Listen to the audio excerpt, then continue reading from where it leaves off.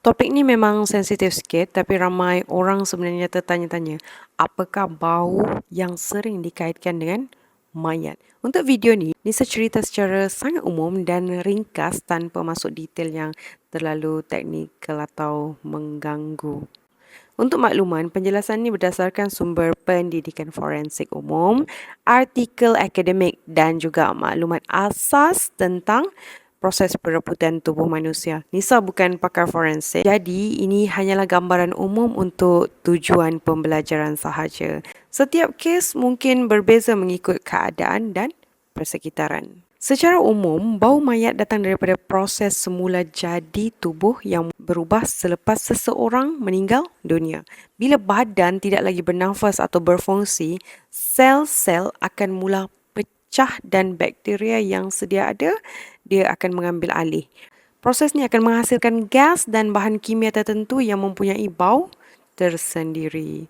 Ramai pemeriksa forensik menggambarkan bau tu sebagai campuran beberapa elemen, sedikit masam dan rasa berat yang sukar digambarkan.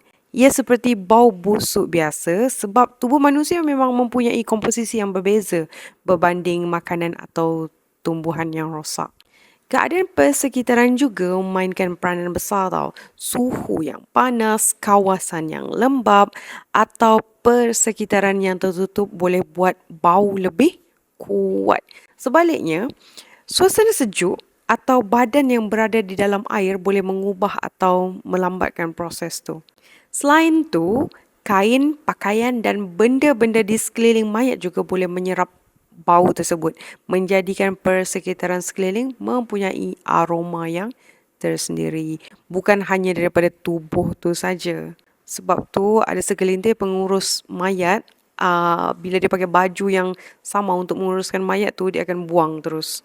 Sebab bau mayat tu melekat kat badan. Walaupun topik ni kedengaran gelap, tujuan penerangan ni adalah untuk memberi pemahaman asas tentang bagaimana tubuh manusia berubah secara semula jadi selepas kematian. Akhirnya, bau mayat bukan sekadar bau busuk.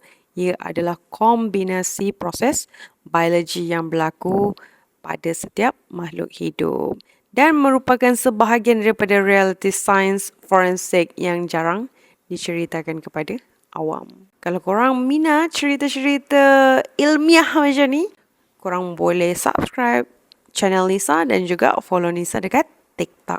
Bye!